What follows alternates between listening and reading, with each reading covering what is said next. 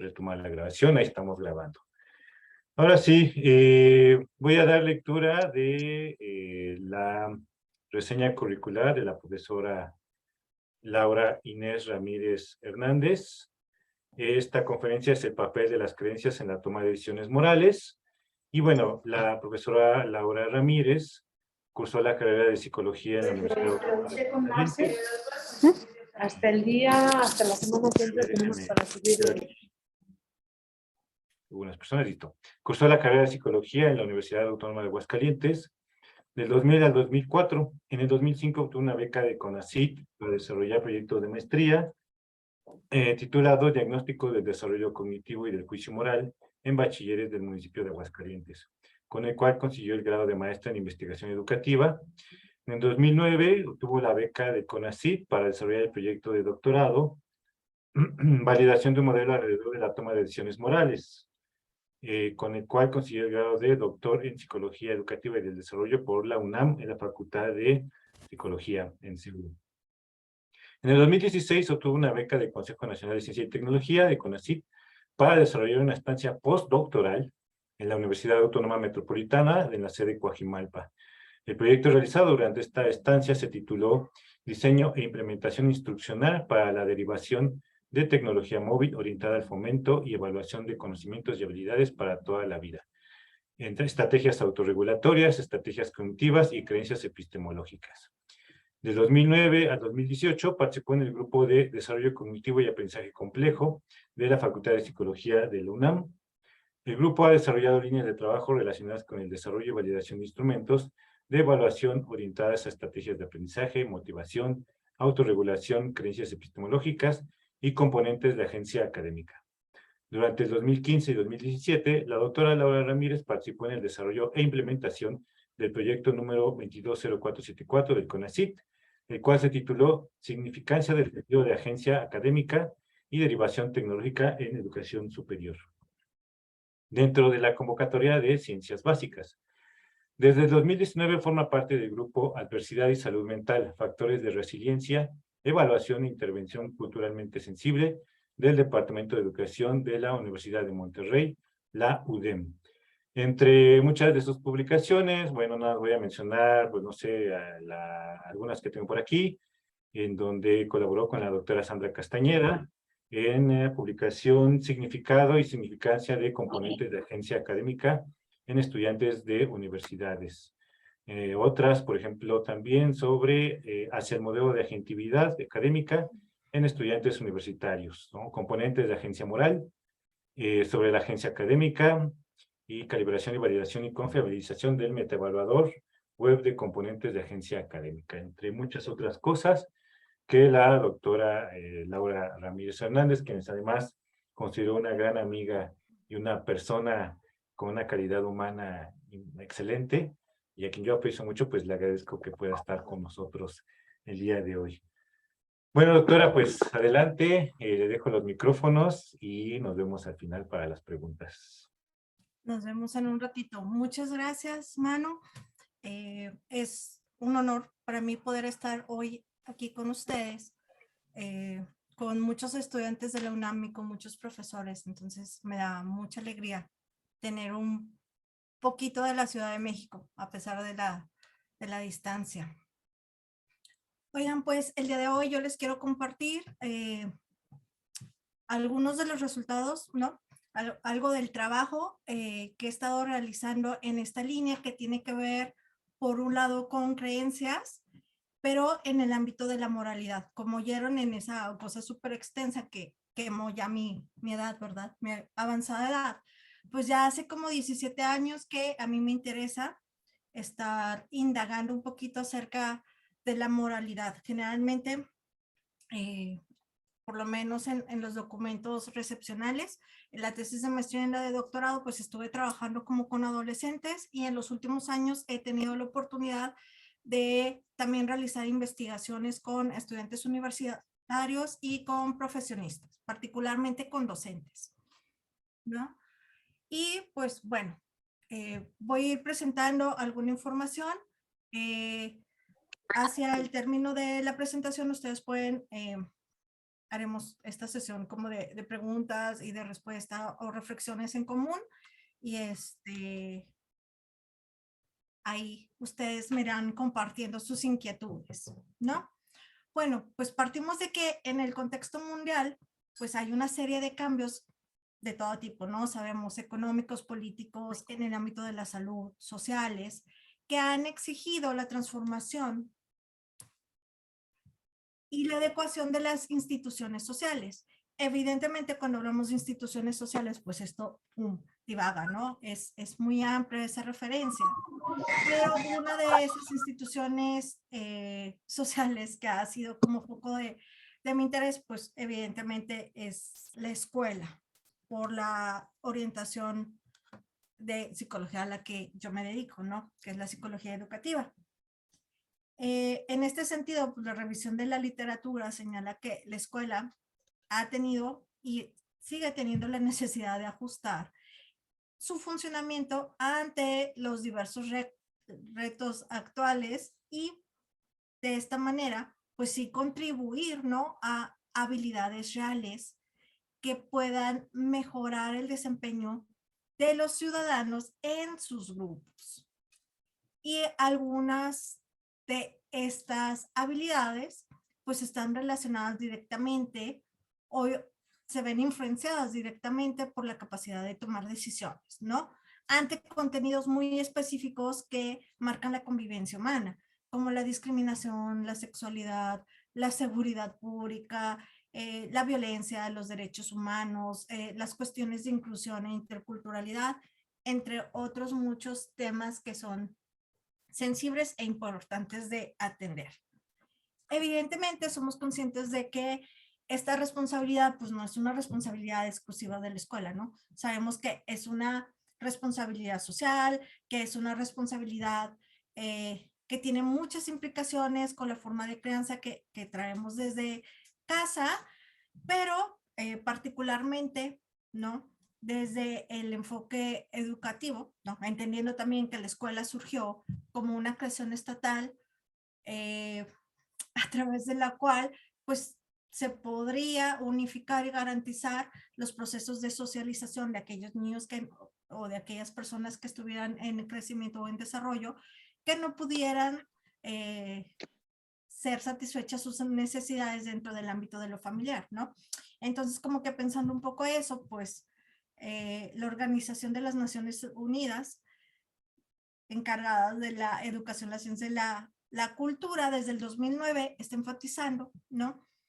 Que justo la educación postsecundaria es la que debe de proporcionar este tipo de habilidades. Evidentemente se hace desde antes, pero biológicamente sabemos que la adolescencia es un momento determinante en el desarrollo crítico en términos cognitivos y sociales, ¿no?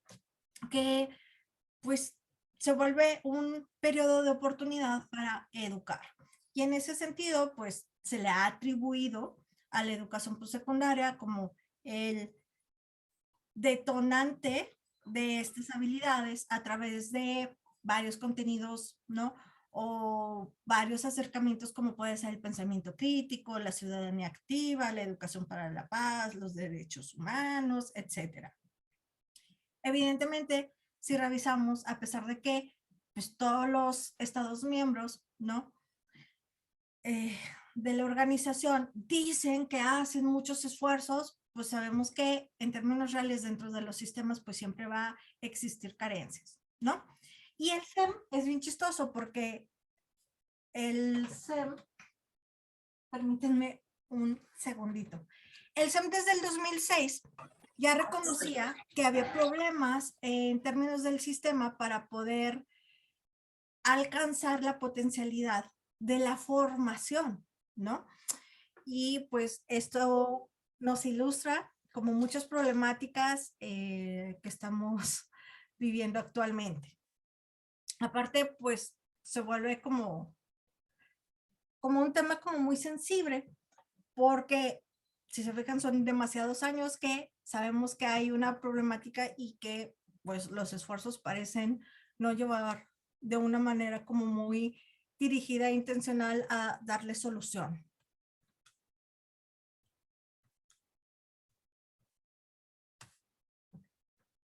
Muy bien. Bueno, pues a partir de aquí, evidentemente por el tipo de formación que poseo, pues la investigación psicológica pues era como el marco de referencia, y esta en general ha demostrado 4 patrones generales, ¿no? El primero de estos patrones es que existe un marco referencial que es muy predominante en este ámbito del conocimiento. Y esto hace referencia a la teoría desarrollista normativa, ¿no? A la teoría cognitiva, pero desde este enfoque desarrollista.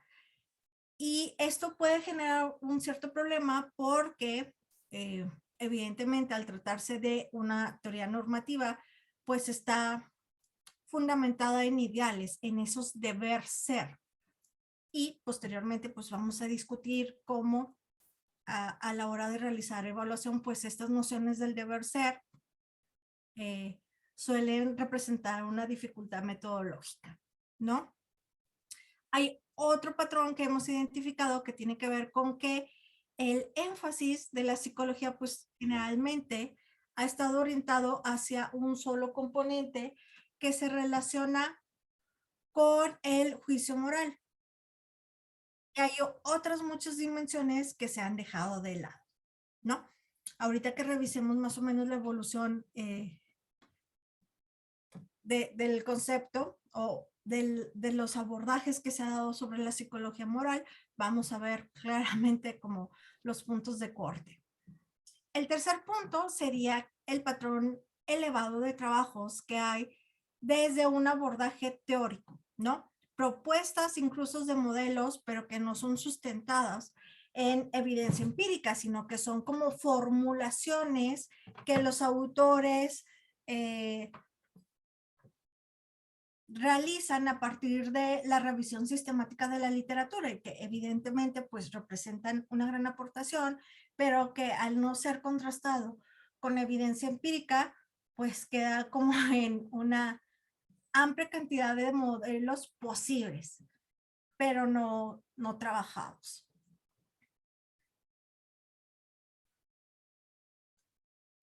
Y pues finalmente, el cuarto patrón identificado es que sí existe evaluación psicométrica, no es que no haya existido, ¿no?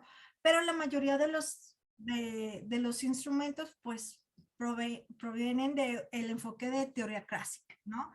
Y no hay muchos instrumentos que corresponden a modelos mucho más actualizados, flexibles o con ventajas psicométricas y estadísticas que nos ayuden a elaborar diagnósticos.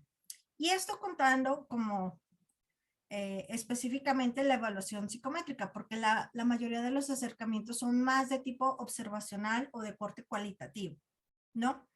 Que eso no es que lo esté demeritando, no es que no funcione, evidentemente es muy valioso, pero requiere mucho tiempo de entrenamiento para los observadores, ¿no? O para los evaluadores, para contar con una confiabilidad de la información recolectada, porque justo se presta a la subjetividad.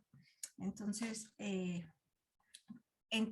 si estás trabajando dentro de las escuelas, eso representa tiempo, inversión y muchas más acciones que coordinar.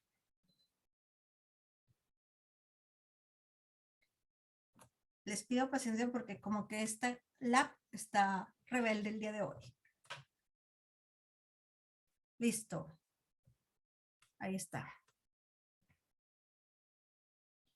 Y pues les decía que hay diferentes referentes teóricos que nosotros podemos considerar, ¿no? Aquí puse solo algunos, los que desde mi punto de vista pues son como los más representativos o los más apegados al tipo de trabajo que realizo. Evidentemente hay otros enfoques de corte no cognitivo que también han producido demasiada literatura. Yo me fui como en esta rama de la psicología cognitiva. Los autores más reconocidos, pues evidentemente van desde... Cuando me asomé, la encontré aquí. Desde Piaget hasta Rest, ¿no? Piaget empezó con este interés acerca de cómo los niños interiorizaban las reglas sociales en una situación de juego y a partir de ahí como que se fue interesando por la construcción del mundo social de los niños, la incorporación de las reglas y finalmente culminó con una propuesta muy incipiente acerca del desarrollo moral, ¿no? Colbert, que tenía una formación piagetiana, pues como que reelaboró esa propuesta muy inicial de Piaget y desarrolló en su tesis doctoral pues un modelo a través de 6 etapas en 3 niveles diferentes, 2 etapas por cada nivel o 2 estadios por cada nivel, donde estas 3 posturas representan la evolución del individuo a lo largo de su vida. El primer nivel es el preconvencional antes de la noción de la regla, donde la persona tiene como, digamos, muy introyectado ese miedo a la autoridad, no reflexiona, ¿no? Sobre las normas sociales, lo toma como algo literal y suele cumplir sí con las normativas, pero para evitar el castigo o porque sabe que hay una autoridad que lo está vigilando, ¿no? El segundo nivel que tiene que ver con esta normatividad es cuando la persona ya entiende que las normas han sido creadas precisamente para poder convivir. ¿No me podrá, dile, ¿no me podrá explicar usted? Social, Es lo que le dije. Sí, que No, porque es que los vamos a cambiar. se siente parte de un grupo social y acepta ese conjunto de normas para la convivencia y el nivel postconvencional, pues evidentemente es más allá de la convención, más allá de la regla, cuando la gente es capaz de ir incluso en contra de las reglas por lograr el bien de las mayorías, el bien común, y hemos tenido ejemplos históricos, ¿no? De todos los movimientos sociales que incluso ponen en riesgo, pues, su libertad, su salud, su vida, a favor de causas que van a beneficiar a un grupo mayoritario. Siguiendo como esta escuela cognitiva evolutiva, Rest empezó a reflexionar sobre las principales críticas que le hicieron a Colbert. Una es que pues deriva, ¿no?, de esos principios que Piaget retoma de la filosofía kantiana y pues estas nociones del deber ser y de la evolución como si fuera lineal. Entonces Rest fue el primero como que, y por eso le puse ahí la rayita, como que fue el primero en romper con esta tradición. Y él propuso, junto con su equipo de trabajo, donde estaban Narváez, Thomas, Vivot, unos investigadores como súper reconocidos del ámbito del desarrollo moral, propuso un modelo que se llama modelo de los 4 componentes, ¿no? Y entonces se empezó a interesar no solo por el juicio moral como lo hacía Colbert, que había sido, duró muchísimo tiempo siendo como el ídolo del juicio moral, sino que se empezó a interesar por la sensibilidad moral, sí, por el juicio, pero también por la motivación y por la formación del carácter moral. Él fue el autor principal del modelo de los 4 componentes. Ahorita en el slide lo están viendo con Narváez, porque Narváez murió. Narváez era su esposa, su compañera de trabajo. Entonces, ella continuó con el trabajo de Rest y ella, digamos, llevó el modelo a su máximo punto. Empezaron a desarrollar materiales, empezaron a hacer investigaciones por los diferentes componentes y entonces aquí fue donde hubo como esa ruptura.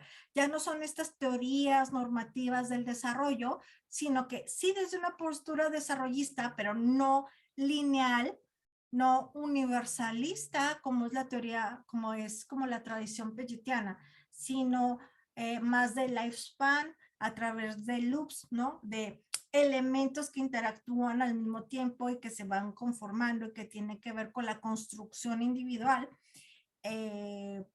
pues va formando estos esquemas que le permiten al individuo pues ir tomando decisiones, motivándose, volviéndose cada vez más sensible en cuestiones o contenidos morales, ¿no?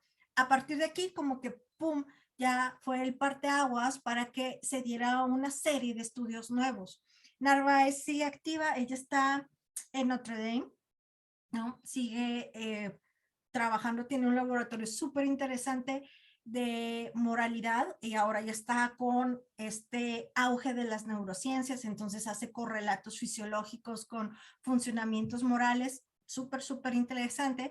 Y la otra parte que está bien, bien interesante es que tiene un montón de materiales que comparte, ¿no? Tiene como listas de cotejo, tiene manuales para docentes, tiene manuales para psicólogos en intervención, ¿no? De cómo fomentar estas habilidades en niños pequeñitos desde kinder hasta high school. Entonces, está muy interesante su trabajo. Y bueno, a partir de, que no se me nota el fanatismo hacia Narváez, pero a partir de ella, evidentemente surgieron un montón de nuevos estudios que tienen que ver con otros componentes que están afectando el desarrollo moral, ¿no? Ojo, para esto, una de las críticas más importantes que se le hacía a Kohlberg y que a pesar de eso como que no se rompía esa tradición kohlbergiana, del movimiento kohlbergiano, a Narváez se les conoce como los neokohlbergianos, ¿no? Pero algo que hacía como que no rompiera y que es ilógico es que en investigaciones se veía que la explicación del comportamiento moral, ¿no? Ya, tal cual, el actuar de manera moral, solo podía ser explicado en un 10% por el juicio. O sea, hay otros elementos, emociones, motivación, sensibilidad, carácter, rasgos de personalidad, rasgos de identidad, etcétera, creencias, ¿no? Que están actuando ahí y que la gente no los estudiaba siempre y hasta la fecha, por lo menos en México así es. Si tú te encuentras raramente un estudio de moral, siempre es sobre juicio moral.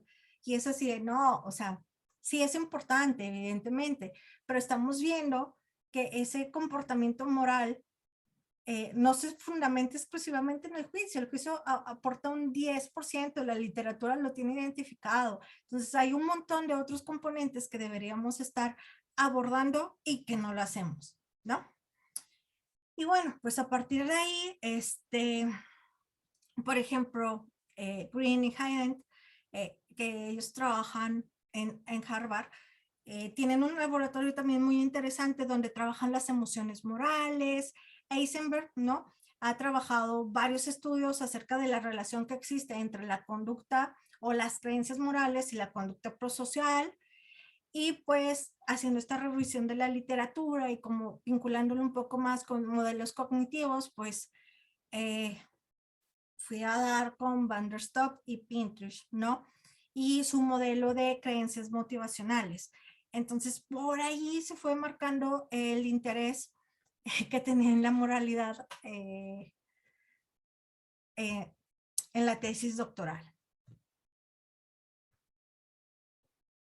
Bueno, cuando estaba en este proceso de la revisión de la literatura, ¿no? Para la tesis doctoral, pues pude identificar como ciertas necesidades, ciertas carencias que había ahí, ¿no? Uno es que era necesario realizar trabajos de investigación desde los avances que se habían identificado de otras teorías cognitivas, ¿no? Y poderlas vincular. ¿Por qué? Porque al final los procesos no están aislados. Entonces era importante como ver qué estaba sucediendo en otras áreas de la cognición y cómo poderlos vincular.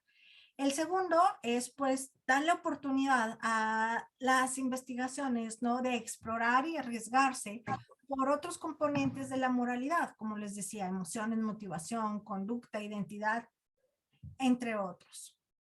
Un tercer punto sería que pues, ya el mundo no necesitaba otro planteamiento teórico sobre la moralidad. Lo que necesitábamos era como esta aportación de corte más empírico para poder retroalimentar esos planteamientos, ¿no?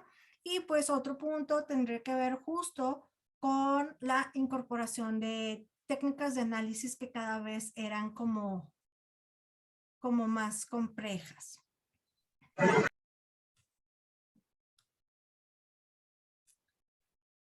Y pues La tesis doctoral en realidad tiene como un poco de todos estos elementos. Un poquito más adelante les voy a presentar como la metodología, los principales hallazgos, ¿no?, que encontramos y vamos a debatir un poco sobre eso. Muy bien. Bueno, ¿qué hay con esto del estudio de las creencias, ¿no? En la toma de decisiones morales? Pues hay dos nociones principales. La primera es que la moral puede ser concebida como un conjunto de creencias que en realidad regula la forma en que las personas interactuamos con los demás, ¿no? La moral sobre todo está orientada, a pesar de que sean creencias, ¿no?, está orientada a regular el comportamiento hacia otras personas. Sandra, ¿tienes tu mano levantada? Perdón, profesora, es que se les está activando mucho a los compañeros el micrófono y hacen que nos distraigamos, entonces no sé si lo puedan revisar, en especial el compañero Octavio. Digo, por respeto a usted, perdóneme. No te preocupes, no, Gracias. sin problema. Controlado. Gracias. Adelante. Gracias. José Manuel, ¿crees que podamos desactivar los audios un ratito y ahorita los activamos? Claro, claro, sí, sí, muy bien. Gracias. Tú continúa y yo checo eso. Gracias. Gracias. La segunda noción, ¿no?, es que evidentemente este proceso de toma de decisiones pues implica el uso de la información que vamos acumulando a lo largo de todas nuestras experiencias sociales, ¿no? Sí sigue siendo esta visión como de esquemas cognitivos, ¿no? Tiene la influencia evidentemente del aprendizaje, ¿no? Y de, digamos, de otros componentes de corte neurológico, ciertamente, ¿no? Pero es muy interesante cómo hay una integración de todos estos procesos para crear estas construcciones, estos significados individuales que al final le van a servir al individuo para poder orientar su comportamiento hacia otras personas. Y para mí, esa imagen, yo sé que es como muy de muralito, pero esa imagen representa realmente lo que implicaría la moral, ¿no? No es solamente tú en el mundo interactuando con otros, sino que la manera en que la sociedad te ha ido formando, te ha dado ciertos significados, también repercute en la manera en que te llevas con los demás. Entonces, aquí es como de, algo estamos haciendo muy mal si tenemos un país tan violento, un país con estadísticas de bullying, de violencia hacia la mujer tan altas, ¿no? Con inequidad social, con poca democracia. Yo sé que el panorama es diferente en la Ciudad de México, hay mucho más condiciones, ¿no? Y mejores condiciones que en otros lados, pero tomando en cuenta como que el país, hay mucho que hacer por este lado. Y bueno, yo les quería compartir, pues, como un poco mi experiencia, ¿no? Lo que yo he estado trabajando. Evidentemente no es súper representativo de lo mejor que existe en el mundo, pero ya tengo como bastante tiempecillo, por lo menos 17 años estudiando como que este tema. Y básicamente he estado trabajando como tres cuestiones principales. Una, como el diseño de instrumentos que sean válidos y confiables. Otro es como una serie de investigaciones y participando en una serie de investigaciones que están vinculadas o asociadas al desarrollo moral, a veces con emociones, a veces con salud mental, ¿no? Pero que todas tienen como trasfondo pues el desarrollo moral y algunas derivaciones del acompañamiento psicoeducativo que de aquí debería, ¿no? Y se puede generar. Y este tipo de acompañamiento pues es hacia instituciones educativas, instituciones sociales y evidentemente pues en el caso de los psicólogos educativos también pues el acompañamiento a padres de familia. Primero les voy a compartir de estos tres, evidentemente mi fase ñoña como que me lleva más a orientarme hacia el primer punto, ¿no?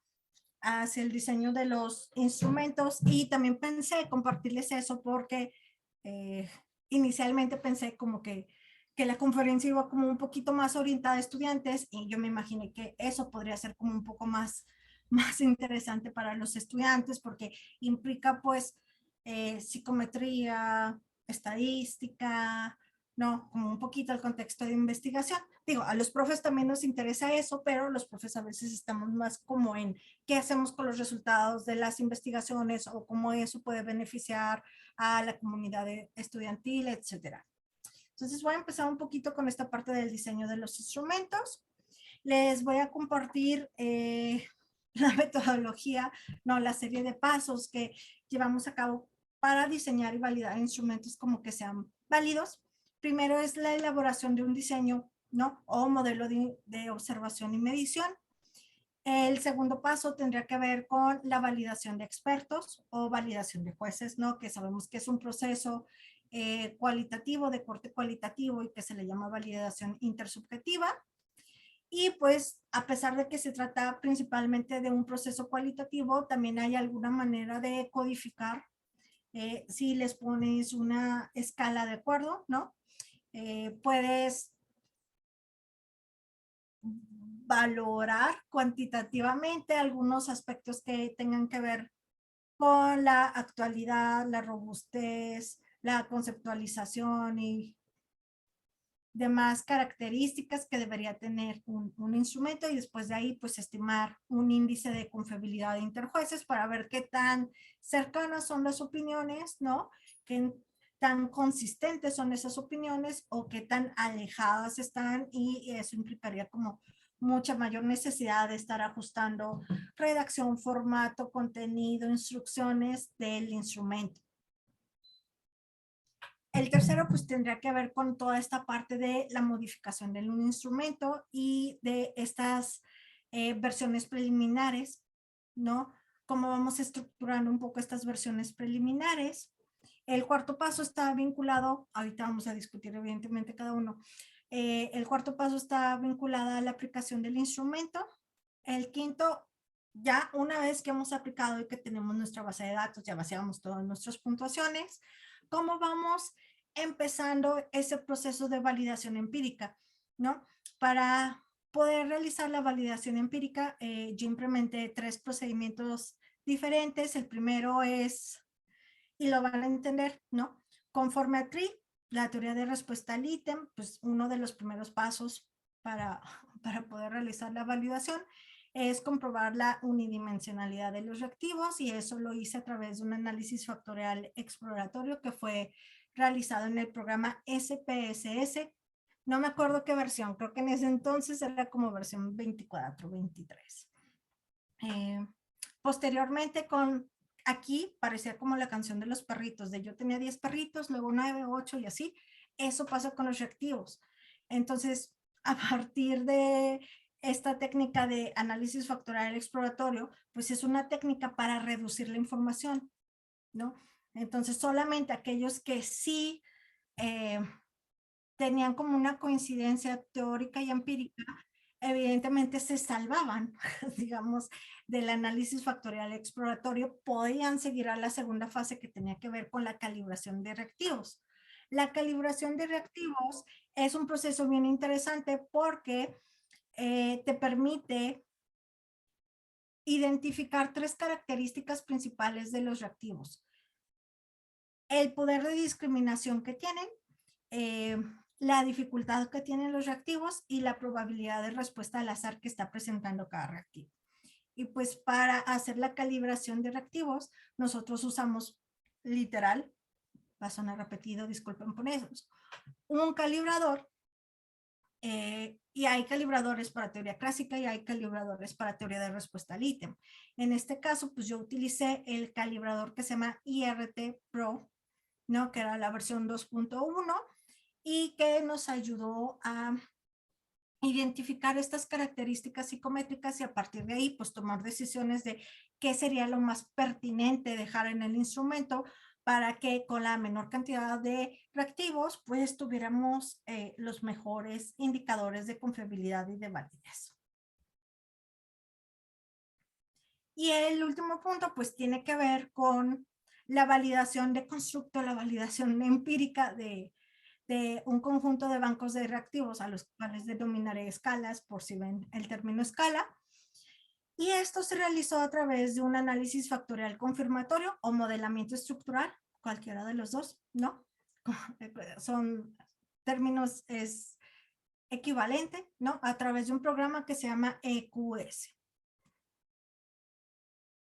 Y pues bien, para platicarles un poquito del paso 1 al paso 3, ¿no? Que va desde el diseño del modelo de observación y la validación del instrumento, es que, pues, tomando como punto de partida la TRI, sabemos que hay dos grandes teorías psicométricas, bueno, van a encontrar en la literatura más, ¿no? Pero principalmente podemos ubicar dos grandes enfoques, la teoría clásica y la teoría de respuesta al ítem. La teoría clásica, la mayoría de los instrumentos antes de los años 70 están fundamentados en la teoría clásica. La teoría clásica tiene algunas desventajas estadísticas porque funciona todo el instrumento en conjunto. Una de las ventajas que tiene la TRI, como para reducir mucho esta discusión, es que en lugar de que funcione como que todo el instrumento, lo que tienes es bancos de reactivos que funcionan de manera individual.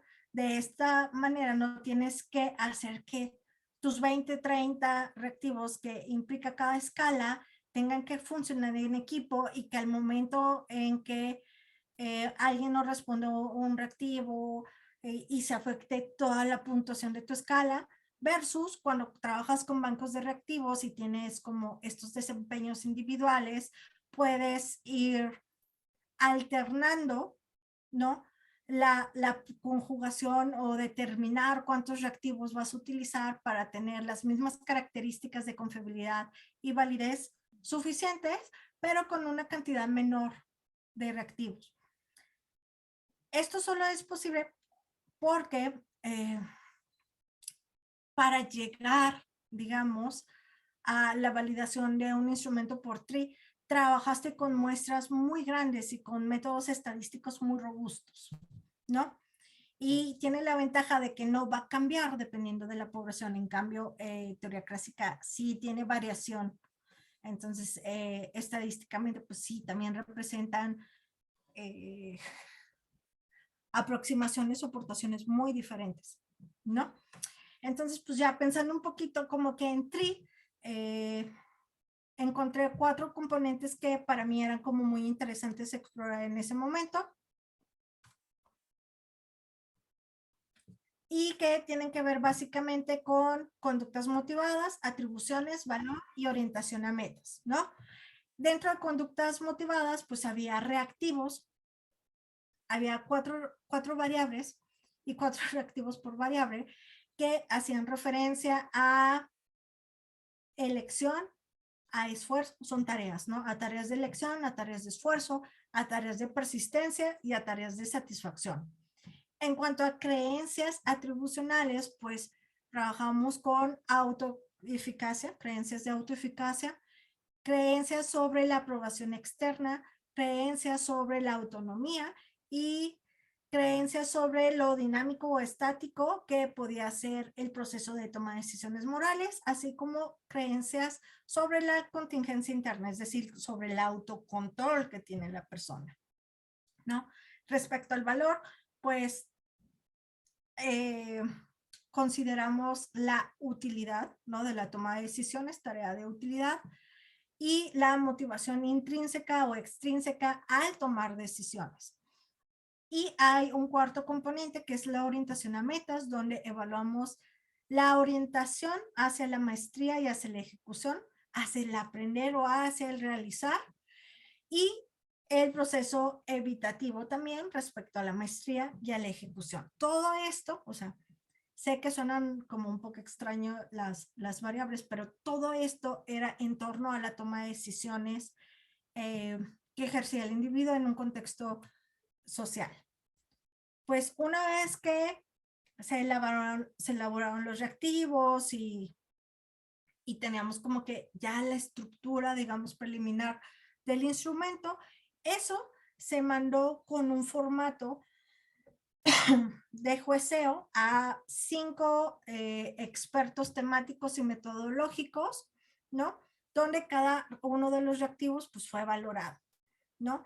Esta valoración, les decía, tuvo una parte como cualitativa, evidentemente, ¿no? Donde se pedían sugerencias acerca de la redacción, de las instrucciones, como de todos estos aspectos, del uso de términos que fuera adecuado, pero también se les pidió y se les dio un formato para que pudieran hacer una evaluación en una escala del 1 a 4 para poder calcular este índice interjueces. Además, bueno, en cuanto a los reactivos, pues eran 64 reactivos, tuvimos un coeficiente de Kendall de 0.85 con una significancia de 0.00, lo cual es positiva. Entonces, ¿qué quiere decir este coeficiente de Kendall? Que los jueces tuvieron puntuaciones suficientemente cercanas, ¿no? O sea, la valoración fue muy consistente. Digo, para hacer una primera versión, no es un 1, pero es un 0.85. Para tomar decisiones se toma desde 0.70, entonces es adecuado. ¿Qué más? Aparte de este proceso, ¿no? Con los expertos decidimos realizar una validación de FASI. ¿Qué es este proceso de validación de FASI? Cuando tú solicitas la ayuda, ¿no? Para hacer como esta evaluación cualitativa, pero ahora no con expertos, sino con personas que podrían ser parte de tu muestra y que no lo serán, ¿no? Como futuros usuarios o personas que tengan las mismas características que los futuros participantes. Y entonces te reúnes con ellos, les presentas el instrumento y les pides una retroalimentación de los ítems, de las instrucciones, de la redacción, de los términos, y vas tomando observaciones de corte cualitativo para poder adecuar el instrumento, ¿no? A partir de los resultados cualitativos de los expertos y de los posibles participantes de la muestra, pues ya se siguió las indicaciones sugeridas, aquellas que evidentemente hacían sentido con lo que estábamos buscando en ese momento, y se elaboró, digamos, una versión ya lista para la aplicación.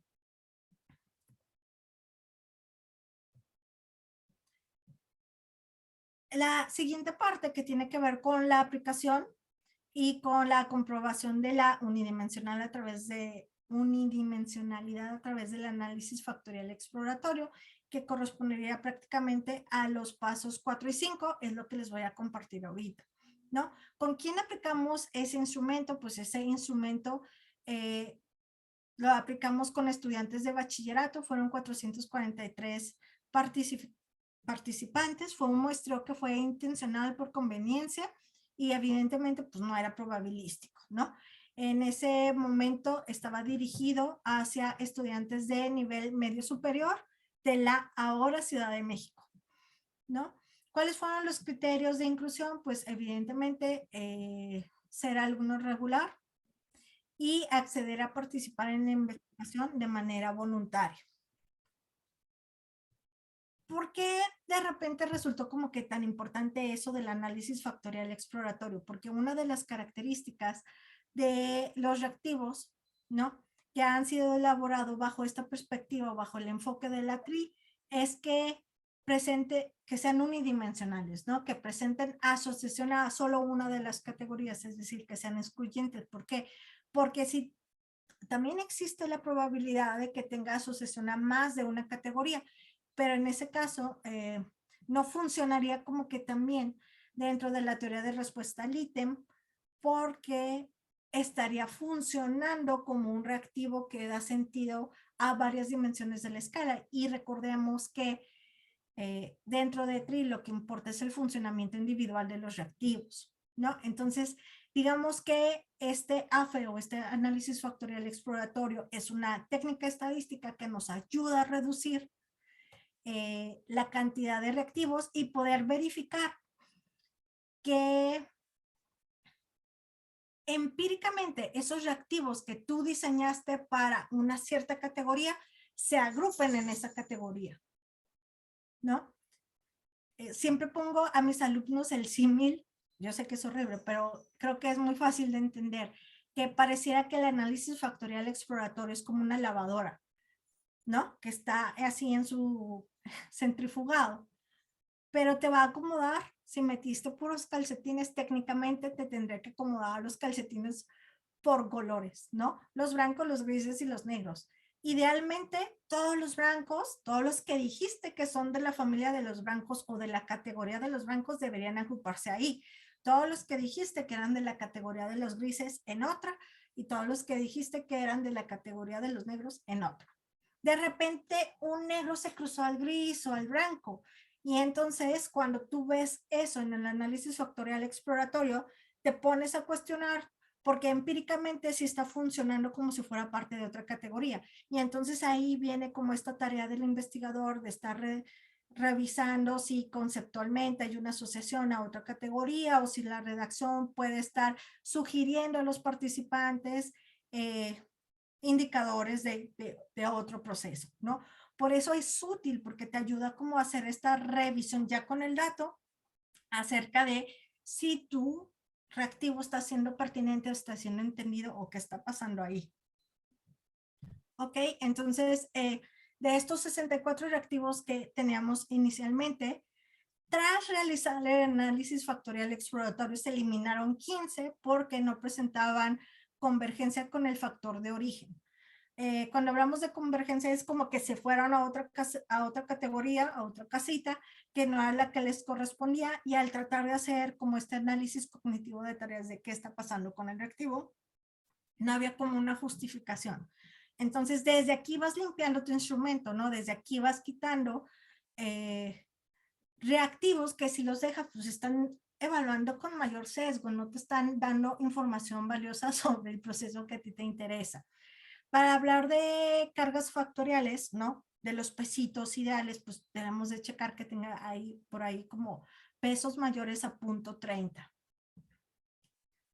Y pues bueno, aquí les decía, desde aquí empezamos a perder reactivos. Esto cuando tú diseñas un instrumento suele ser como un poco desesperante, pero en realidad es parte natural del proceso. De los reactivos que uno va diseñando generalmente se pierden entre 30 y 50%, es parte del proceso, ¿no? Posteriormente, aquellos reactivos, es decir, teníamos 64 menos 15 de los 49 que quedaban, esos 49 fueron sometidos a un proceso de calibración.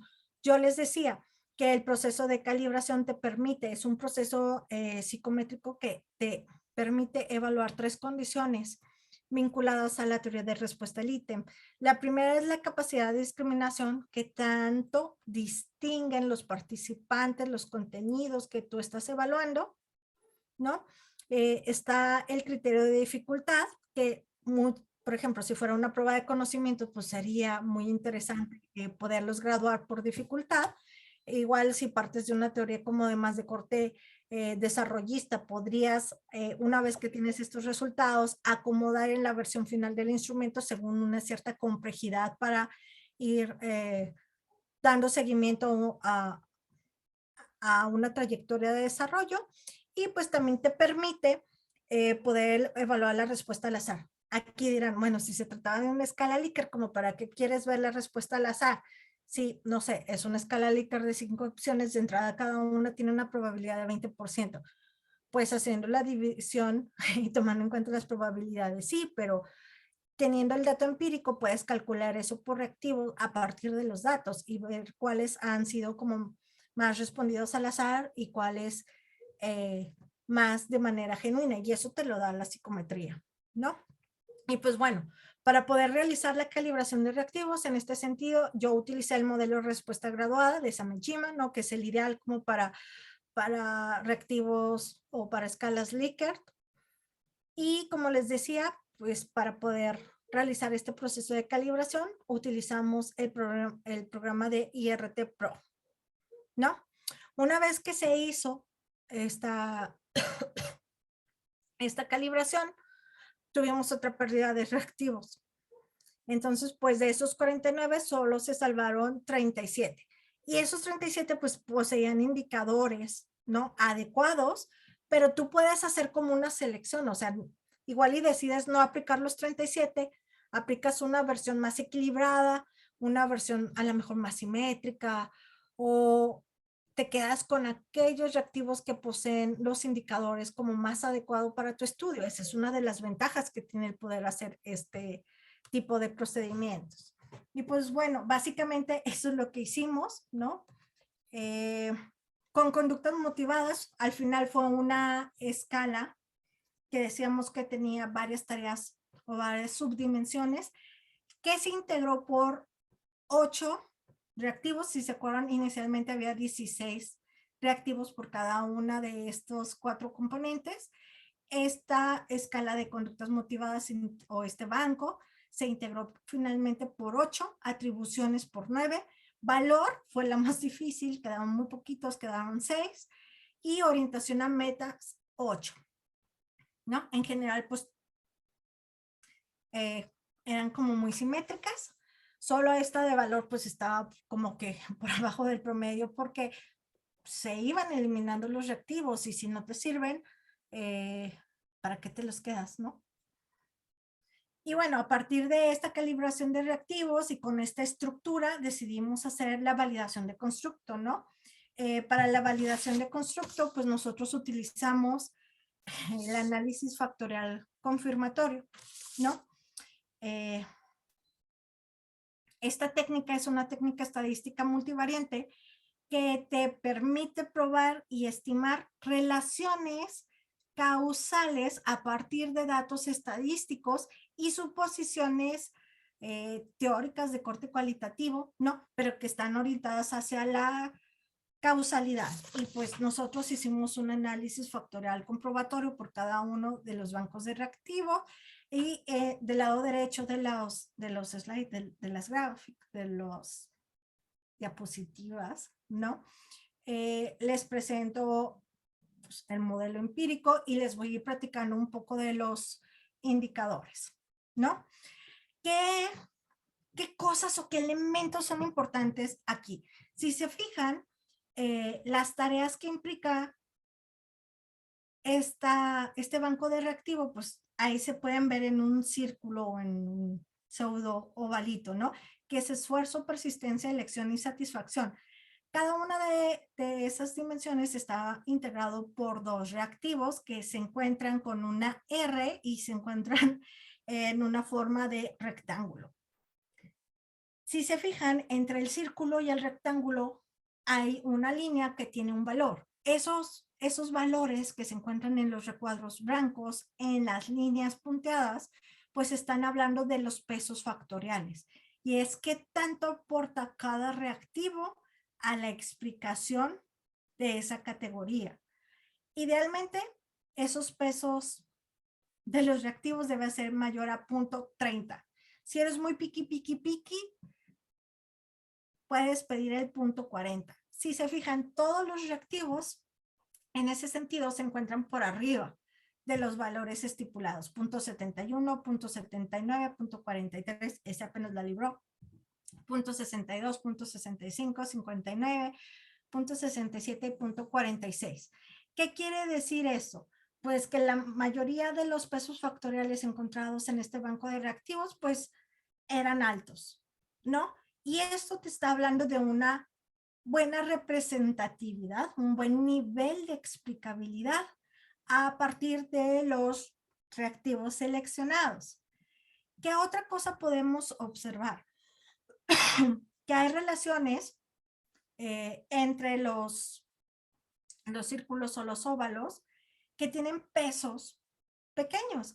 Y eso te está hablando de que también hay diferencia entre las categorías. Aunque hay ciertas relaciones que por lo menos en esta primera versión del instrumento se tuvieron que analizar con mayor profundidad porque los pesos eran altitos y te estaban hablando de como cercanía o relación entre las categorías. Ya después con análisis posteriores como que pudimos identificar la relación que había entre esas variables. Y bueno, cuando tú haces un modelamiento estructural, un análisis factorial, ¿no? Confirmatorio, hay 3 índices que suelen ser importantes. El índice comparativo de ajuste, que lo mínimo que debes de tener es 0.90, 0.95 y lo ideal sería llegar a 1. Evidentemente, pocas veces sucede. El índice de bondad de ajuste, que igual debe de tener puntuaciones mayores a 0.90, 0.95 si eres super picky.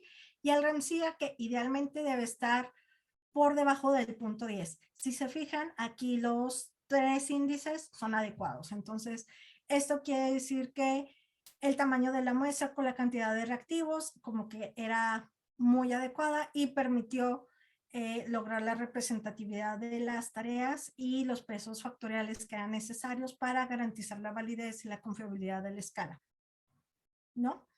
En el caso de la escala de atribuciones, vemos que hubo una reducción importante de categorías, a pesar de que es la escala más grande, ¿no?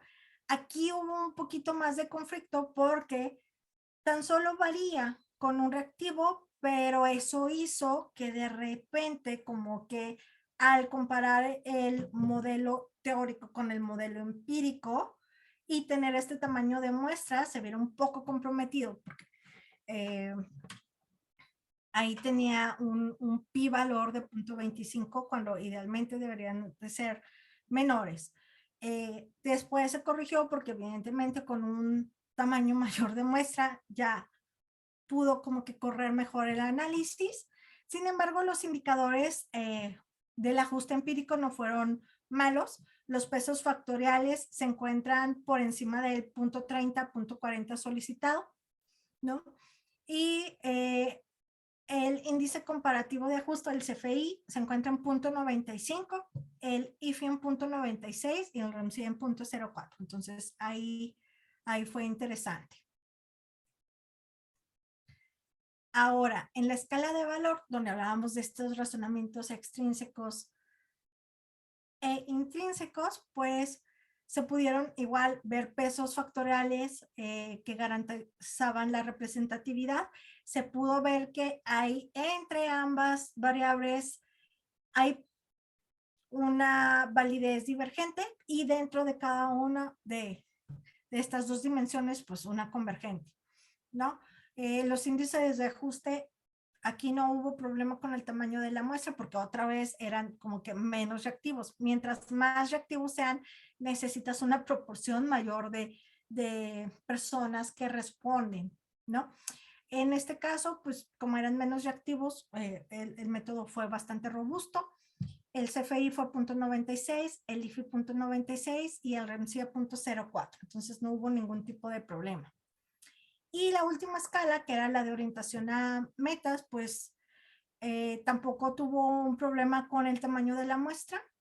Se pudo comprobar la validez convergente dentro de cada una de las diferentes categorías y la divergente entre ellas. Y los índices de ajuste CFI 0.96, IFI 0.98, REMSI 0.05. Entonces, por ese lado, como que todo iba funcionando por ahí. ¿Cuáles son algunas conclusiones? Que a lo largo de este tiempo, pues sí se han podido desarrollar herramientas, yo llamaría todavía muy iniciales, porque para que un instrumento llegue como a su punto toma bastantes años, ¿no? Pero estas herramientas iniciales te permiten identificar el impacto de las creencias en la toma de decisiones morales, ¿no? ¿Por qué? Porque han pasado por todo un procedimiento que permite garantizar que sean confiables y que sean válidas, aunque evidentemente pues no son inacabadas, ¿no? Se pueden modificar y siempre pueden mejorar estas cuestiones psicométricas. La segunda que les compartía es que se han trabajado con muestras más extensas, ¿no? Ya esta era exclusivamente con estudiantes de bachillerato. Ya también tenemos una muestra considerable de estudiantes universitarios y de profesionistas. Una muestra en particular de docentes y otra de profesionistas de varios ámbitos, ¿no? Además, pues hemos podido identificar, o sea, ahorita les platiqué como que la parte más psicométrica, más ñoña, pero como que trabajando ya con las muestras, pues se han podido identificar algunos patrones de interés y aquí les pongo algunas cargas factoriales que que hacen alusión a estas relaciones que son interesantes. Primero, la asociación que existe entre el esfuerzo en la toma de decisiones y la libertad del contexto de elección. Súper bueno. El segundo, el papel de la persistencia, ¿no? De que el individuo esté ahí persistiendo y cómo esto se vincula con el grado de satisfacción que después tienes con la decisión que tú tomaste. La asociación entre la autoeficacia y el control. Y esto es como muy interesante porque primero, por lo menos así lo señalan los estudios que hemos realizado, primero hay como esta consolidación o esa construcción de yo tengo el control sobre mis decisiones y a partir de ahí me siento más autoeficaz y me siento más seguro de hacerlo, ¿no? Y la última relación que quisiera aquí como que compartir sería también que ese papel que tiene la contingencia interna o el autocontrol como detonante de la autonomía.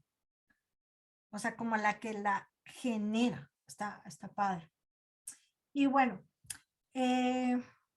evidentemente falta mucho más investigación en el ámbito, ¿no? O investigación aplicada en el ámbito psicológico. En los últimos años se ha podido ver como que educación se ha puesto la pila, ¿no? Todos los educadores se ponen la pila indagando hacia formas de crianza, desarrollo moral, son los que están dentro de las escuelas fomentando y como que a los psicólogos medio nos vale, como que no estamos haciendo una aportación de datos empíricos que puedan orientar o generar justo estos modelos de fomento o de acompañamiento que deberían ser consecuencia de la psicología y no producción exclusiva de la educación. Entonces, si a algunos de ustedes les interesa alguna de estas temáticas, no puse referencias, no porque quiera plagiar, no por eso, sino porque para no llenarles ahí como que de referencias, pero si algunos de ustedes tienen como interés por conocer algunas de las posturas de estos autores o sobre los procesos de calibración, modelamiento estructural o análisis estadístico, psicometría, ahí está mi correo, me pueden echar un correíto y yo les puedo compartir con todo gusto materiales, atiendo sus dudas o cualquier cosa que pudieran necesitar. Muchas gracias, ya me pasé, perdón. No, muy bien, pues muchas gracias, doctora. Vamos a recopilar las preguntas en el chat y también si alguien quiere preguntar directamente alzando la manita para que pues podamos darle la palabra, ¿no? Y en lo que se animan, ya le abrí el micrófono a la gente para quienes quieran alzar la manita y preguntar. Entonces, bueno, en lo que se animan, pues la verdad a mí se me da miedo, o sea, me da miedo el nivel de distancia que existe, no creo que sea yo el único, pero el nivel de distancia que existe entre lo que nosotros consideramos como un instrumento validado y confiabilizado, listo para aplicar, y lo que usted, doctora, nos está mostrando. O sea, creo que, o sea, estamos muy atrás todavía, ¿no? Bueno, les doy un poco de contexto. La doctora Laura Ramírez salió egresó de un laboratorio en la Facultad de Psicología en Ciudad Universitaria, que son expertos precisamente en toda esta parte psicométrica de los instrumentos, ¿no? Entonces, la doctora Sandra Castañeda, que fue tutora de la doctora Laura Ramírez, tiene un historial, vaya, larguísimo, ¿no? Ha dedicado toda su vida a todo este proceso. O sea, ella se dedica mucho a estudiar cómo validar los instrumentos, ¿no? Entonces, bueno, para nosotros es muy importante y quería que diera este énfasis la doctora Laura, sobre todo para que nuestros estudiantes en Sayet notaran el esfuerzo que implica tener un instrumento válido y confiable, ¿no? Que va más allá de, pues voy a poner a hacer unos ítems, voy a ver qué sucede y pues si bien nos basa con alfa de Cronbach, ¿no? Que es lo que generalmente pues terminamos haciendo, ¿no? Entonces, un poco es un esfuerzo importantísimo. Nada más para ponerle un poquito de contexto a nuestros participantes, ¿cuánto tiempo se llevó toda esta labor desde que empezó con la revisión teórica hasta que obtuvo su instrumento, doctora? 6 añitos. Y algo de lo que mencionas que me parece muy importante es que luego tenemos como, pues sí, como estas lagunas muchas veces con el uso de los test, ¿no? Primero sí pensamos de, aplicar un test no te dice nada. Mejor me acerco de otras maneras a la población. O sea, llegar a validar y con fiabilidad un test difícilmente te lleva menos de 10, 15 años. O sea, te está recolectando muestras y actualizando y realizando análisis constantes. El segundo, si se fijan, yo no les presenté ni un alfa de Chromebook, justo porque el alfa te va a dar porque te va a dar, o sea, prácticamente. Tendrían que ser las puntuaciones muy dispares, estar hablando de cosas súper diferentes conceptualmente para que no se ajuste a ese 70.80 que te pide un alfa de Chromebook, ¿no? Hay otros indicadores que muchas veces desconocemos, ¿no? Ya a veces como que te enteras de ellos ya hasta niveles muy avanzados y te das cuenta así, he estado aplicando un montón de cosas medio diferente a lo largo de la vida. Y justo me quería ver, pues a lo mejor como muy friki, presentándole como que todo el procedimiento, pero para que luego valoremos un poquito más estos instrumentos, ¿no? Para que conozcamos todo el procedimiento, que no nada más es como, llego, me siento, los redactos, se lo mando a 3 jueces que me dicen que sí, súper bien, y me los regresan, hago algunos cambios de redacción y ya voy, aplico y todo está bien y funciona. Pues no. Tenemos la disciplina, me van a agarrar a cachetadas. Perdón, corrijo. Tenemos la ciencia más impresionante porque trabajamos con subjetividades y tratamos de hacer esas subjetividades como las creencias algo sistemático, algo organizado y algo que nos dé pautas sobre otras cosas, como puede ser el comportamiento humano. Entonces, pues ni modo. Estudiamos la carrera más padre, también nos toca la mayor chamba. Ok, muchas gracias, doctora Laura. ¿Alguien que se anime a levantar la mano? Yo creo que muchos están así como ¿De qué ay, habló pues la señora? no, ¿cómo cree? Muchos, bueno, agradecen sus conocimientos, su trabajo, y muy interesante cómo todo este proceso de validación, ¿no? Lo lleva a cabo, pero sí creo que muchos estamos, yo me incluyo, porque bueno, había tenido oportunidad de platicar en entornos menos formales sobre su trabajo, pero verlo así con, o sea, por ejemplo, el análisis factorial confirmatorio es algo que para muchos como nosotros todavía suena lejos, sobre todo por una razón que seguramente los que nos siguen pues la conocen, y es que la cantidad de personas que se requieren para hacer un tipo de análisis así, pues debe ser bastante, ¿no? Entonces, es complicado, ¿no? Es complicado si no tienes, por ejemplo, un grupo que te ayuda a obtener población, etcétera. Y bueno, nosotros estamos, por lo menos en nuestros seminarios, en el proyecto en el que hemos estado participando, etcétera, vaya que tenemos un poder de convocatoria de los últimos cursos de 100 personas, pero de esos 100 se conectan al final y terminan el curso 30, ¿no? Y ya con esos 30, pues uno saca ahí unas medias, saca una correlación, a veces, pues, inclusive no paramétrica, porque pues no te dan los datos para hacer cosas como estas, ¿no? Entonces, creo que es mucho justo el esfuerzo de conseguir esta cantidad de personas para poder hacer este tipo de trabajo, ¿no? Entonces, a mí me parece increíble que pueda llegar a ser este nivel, ¿no? Usar este nivel de trabajo con esta cantidad de personas. Y bueno, en ese sentido, ¿cómo hicieron para juntar más de 400 personas en su muestra? Creo que la parte como que tú mencionas que es difícil es cuando justo trabajamos con muestras que dependen de la participación, ¿no? Aquí tenemos la ventaja que estábamos en una institución, se trataba de un bachillerato del Poli. Entonces, es un bachillerato con una población estudiantil muy amplia y se lanzó así la convocatoria y pues bastantes quisieron participar, ¿no? Me ha tocado hace poquito participar también en una investigación y decía, ching, o sea, Eran poquitos reactivos, generalmente la proporción que te piden así muy escasa es como proporción de 5 participantes por reactivos para que más o menos se dé.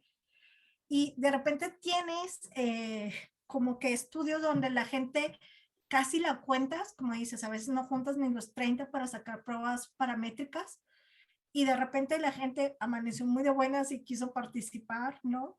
O se vinculó con la temática y pum, le entra. En este caso, pues estaban ahí captivos, desearon participar, yo creo que querían perder clase y dijeron, sí, vamos, contestamos. Y entonces se vincularon con esa parte en el que te menciono que estuve hace poquito, me llamó mucho la atención porque dije, ya, con que tengamos 200, ya estoy del otro lado, tengo la muestra. Y participaron 2.900 de manera voluntaria. Así, los ojos se me hicieron así gigantes y fue como que, wow, como era como para dar seguimiento a las condiciones del cambio de modalidades y la adaptación de este modelo como de en línea a la semipresencialidad, pues como que ayudó bastante a que la gente pues todavía trae el tema como que muy sensible y todavía había como varias quejas como que para que se quisieran involucrar. Siempre que trabajamos con creencias, la gente se va a resistir un poco. Eso también es cierto. David se ha animado. David es uno de mis estudiantes. Justo estamos trabajando en algo muy, muy básico, en un instrumentito ahí muy interesante, pero básico, que por supuesto no tiene todas este trabajo detrás, ¿no? Pero sí, adelante, David. Buenas tardes, doctora Laura. Quería preguntarle, el instrumento, cuando se aplica, ¿qué arroja? O sea, ¿en dónde coloca a las personas? ¿En alguna etapa? ¿En algún nivel? ¿Qué les da? O sea, ¿qué resultados arroja el instrumento? Muy buena pregunta. El instrumento no es de corte desarrollista, te habla como de habilidades, o sea, esas tareas tenían que ver más con un conjunto de creencias y las habilidades que tienen los individuos en torno a la toma de decisiones, ¿no? Me voy a regresar poquito. Por ejemplo, te hablaría acerca, voy a tomar en cuenta la escala de atribuciones. Hay 3 tipos de creencias que están afectando la toma de decisiones, que sería la autoeficacia, las creencias de contingencia interna, que es control, autocontrol, y la autonomía. Y entonces te da indicadores, digamos, sobre qué tanto se le facilita o se le dificulta tomar decisiones con base en ese tipo de creencias. Pero es un modelo general, no te ubica, digamos, por desarrollo.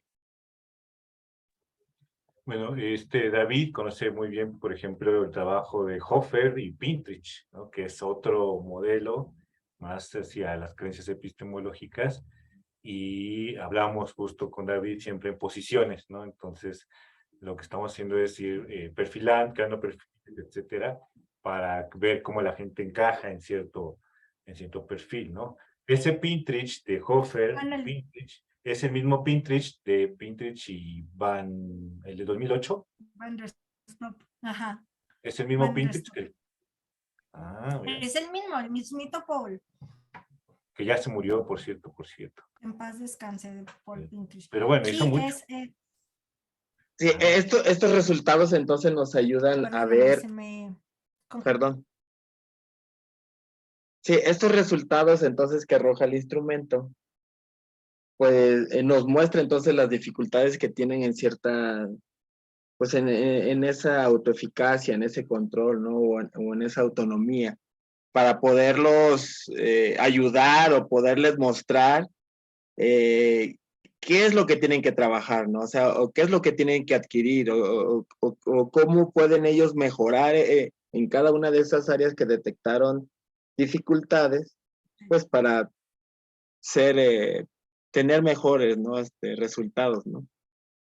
Sí, digamos, es una prueba de desempeño, al igual que el de creencias epistemológicas, que te dice, digamos, te ayuda a mapear cómo está el desempeño con ciertos tipos de creencia y el impacto que pudiera tener. y a partir de ahí, pues tú puedes elaborar como ciertos planes. No es que vayas a fomentar tal cual como la transición de un estadio a otro, sino que trabajas a partir de contenidos específicos, ¿no? Por loops. Ok, ok. Muchas gracias, doctora. Muchas gracias, doctora Laura. Gracias a ti, Bueno. David. Mientras se animan los demás, fíjate que he estado trabajando mucho en otras áreas, en un poco áreas más quali, ¿no? Últimamente, porque bueno, ha tenido mucho auge, ¿no? La doctora Laura Ramírez, imagínense ustedes, que trabajó con, o también otro doctor que ya falleció, Ignacio Méndez, que trabajaba en el Instituto de Matemáticas Aplicadas y Sistemas, el famoso IMAS. El IMAS es nuestro instituto más importante sobre matemáticas en la UNAM. Y ahí la doctora trabajó precisamente en áreas de estadística para poder alcanzar estos niveles de desarrollo y traerlos hacia la psicología. ¿Qué le dirías a nuestros colegas, ¿no? Nuestras estudiantes? Por ejemplo, veo aquí muchas estudiantes, algunas egresadas, sobre las matemáticas y la psicología. Siento que hay como mucha resistencia a entrarle, como mucha resistencia a estudiarle y un poco a veces se van al área, no lo afirmo con contundencia, pero de repente siento que se van un poco al área quali porque es aparentemente menos difícil que el área quanti, ¿no? Aunque tiene muchísimo trabajo el área quali y bueno, al final crear estas categorías y analizar grandes cantidades, por ejemplo, de entrevistas, reportes, observaciones, tiene muchísimo trabajo, pero es un trabajo distinto, ¿no? Desde tu trayectoria en la que has sido muy cuanti y además sobre todo muy cercana a las matemáticas, ¿qué les podrías decir a nuestros estudiantes que están justamente en como en este interés, pero no se atreven a dar el paso a lo cuanti?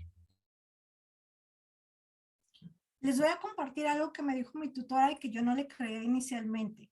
Yo llegué al doctorado, yo llegué a CU con un proyecto cualitativo de entrevistas y grupos focales, ¿no? Porque quería trabajar sobre pensamiento crítico. Y entonces, cuando me mandaron a tomar estadística Limas, pues no fue como que mi primera opción y mi situación de más alta alegría. Pero mi tutora muy sabiamente decía que no hay análisis cuantitativo sin cualitativo. Yo creo que muchas veces le tenemos, por una cuestión de creencias, le tenemos como que miedo a la estadística o a las matemáticas o por una postura realmente epistemológica de es que no alcanza a reflejar todos los atributos de la persona, lo que sí subyace a lo cual, pues sería ideal, o sea, yo no descarto la investigación cualitativa.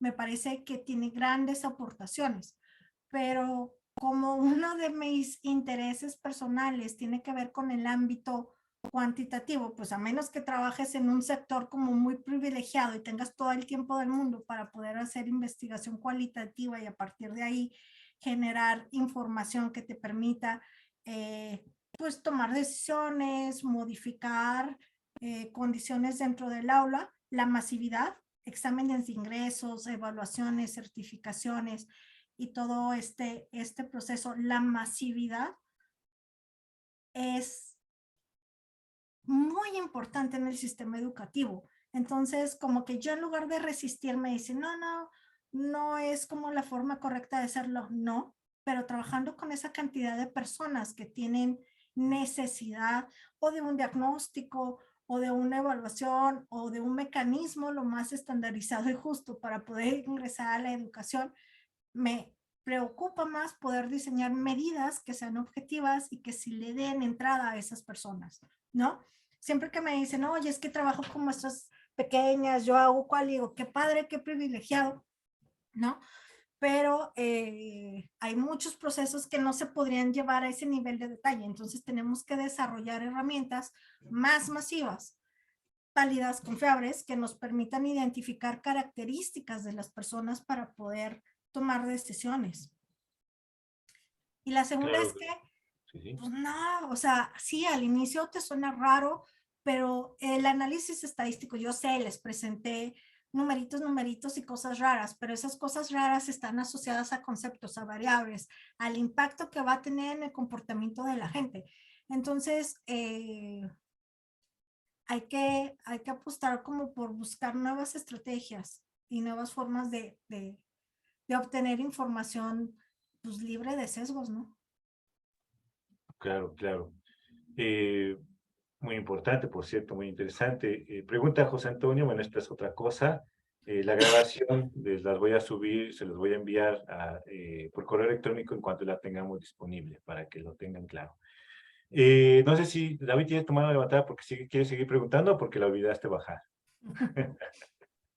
Ya la bajé, perdón. Pues gracias. Bueno, ahí sí hay más preguntas, este es el momento para que se vayan animando y vayan preguntando. Si quieren que la profesora también explique con más detalle alguna de las etapas, ¿no? Porque yo sé que es complicado, ¿no? De repente ver justo estas relaciones, ¿no? Como comentaba la doctora, cada uno de estos R's eran ítems, cada uno de los círculos eran categorías y representan constructos psicológicos, ¿no? No pierdan el miedo y precisamente los numeritos entre ellas, pues son correlaciones que seguramente varios de ustedes ya han visto, ¿no? Ya conocen y que, bueno, de alguna forma saben que, pues, entre más se acerca el uno, esto quiere decir que hay pues, hay una asociación por ahí, ¿no? Entonces, bueno, pierdan un poquito el miedo a ese tipo de desarrollos, bueno, de acercamientos, porque además muchos de estos son empleados actualmente en muchos artículos de investigación que ustedes pueden descargar en cualquier base de datos común, ¿no? O sea, lo que más se usa, ¿no, profesora? Sí, o me pueden hacer preguntas que a lo mejor no dije aquí, que a lo mejor estuvo muy ñoña la presentación, muy acá de metodología, y a lo mejor tú querías saber la diferencia conceptual, no sé, entre moral y otra cosa, moral y ética, ¿no?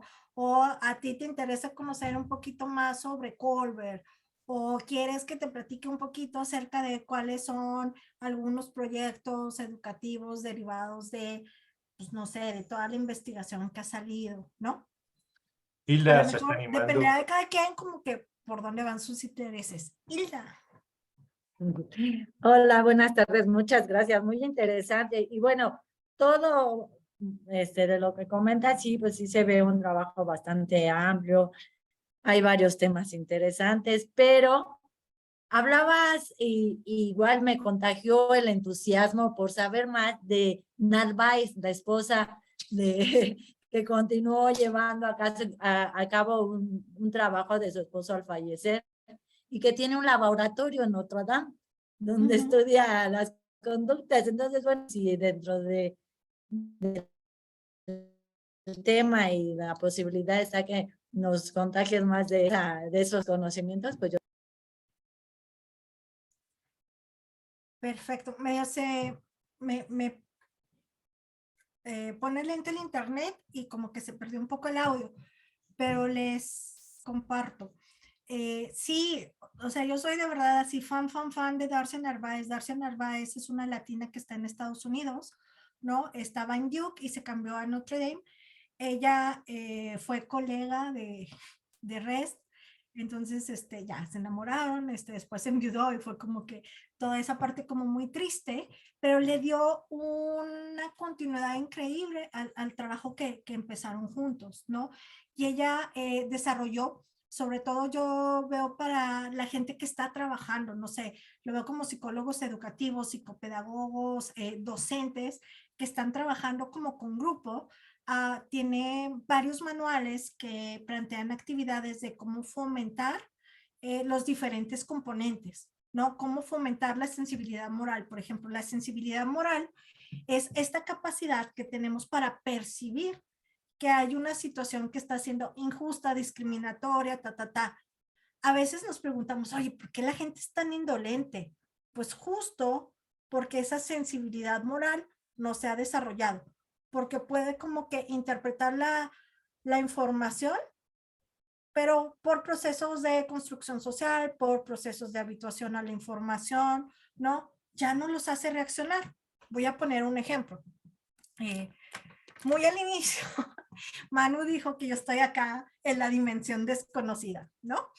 Pues sí, estoy en la dimensión desconocida de Nuevo León. Y de repente una de las cosas que me ha causado como como, pues, no sé, curiosidad epistémica, tiene que ver con cómo la gente, ¿no? De los estados fronterizos, particularmente aquí en Nuevo León, como que ya se hizo inmune a la violencia. Ellos han tenido una historia como que muy fuerte a partir del 2010. Si se fijan en las noticias, solo salimos porque hay un gobernador bien extraño, no tenemos agua, ¿no? Siempre están haciendo bullying, pero también por la violencia social. O sea, acá hay un montón de muertos, asesinatos y cosas derivadas del narco. Entonces la gente, de hecho te cuenta las historias acerca de la violencia que vivieron desde el 2010 hasta ahorita, pero ya no les causa conflicto.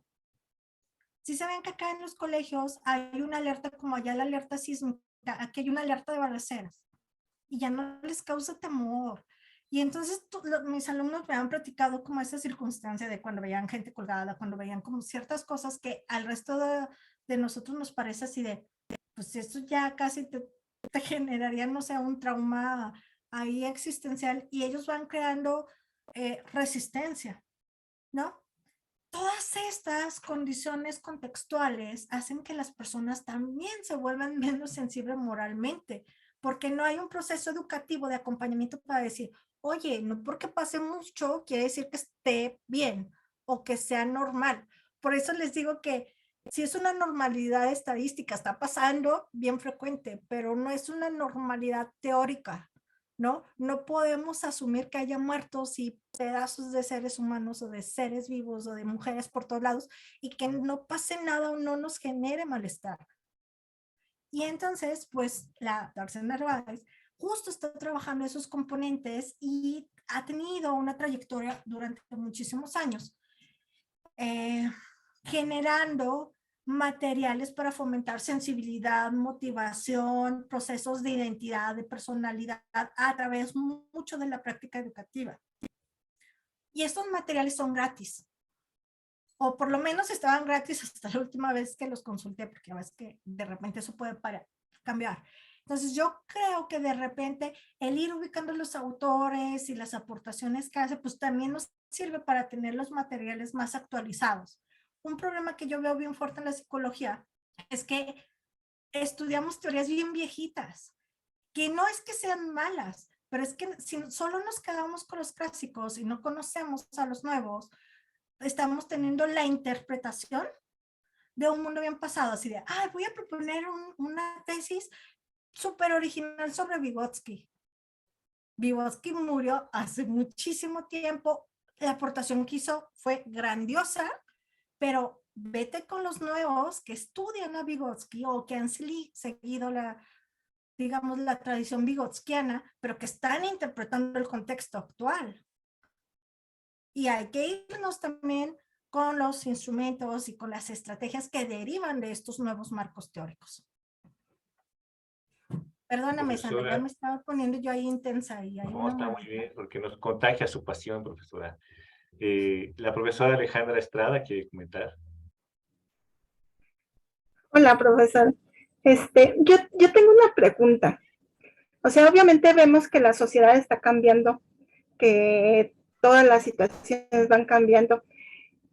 Mi pregunta es, entonces los valores también cambian, o sea, los valores, la moralidad, y con respecto a eso, eso es lo que ayuda a la investigación a determinar cómo van cambiando esos valores. Claro, hay algunos valores que se han preservado para justo hacer que la convivencia humana sea viable, ¿no? Como buscar la justicia, la equidad, el respeto, por eso se les conoce como valores universales, como atemporales. Pero la verdad es que sí, los valores han cambiado, y tan han cambiado que justo a través de los valores podemos interpretar las nuevas dinámicas sociales que se presentan, ¿no? El problema también es que siempre queremos como que educar con los valores que nosotros consideramos adecuados, ¿no? Y que son los anteriores o los que conocemos. Pero sí, la investigación justo, la parte como que es súper enriquecedora es que te va a ir diciendo cuáles son esos valores y cómo, si no están aportando al crecimiento de los grupos sociales, no solo al bien individual, sino al crecimiento de los grupos sociales, como que también nos diría los mecanismos o las tareas por implementar para reorientar. Que sea nuevo no quiere decir que sea malo, pero tampoco garantiza el que sea mejor o el que sea el adecuado. Entonces, ahí habría que hacer algunos ajustes. Gracias, gracias, profesora Alejandra, por su pregunta. ¿Isla, quieres comentar otra cosa? Sí, muchas gracias.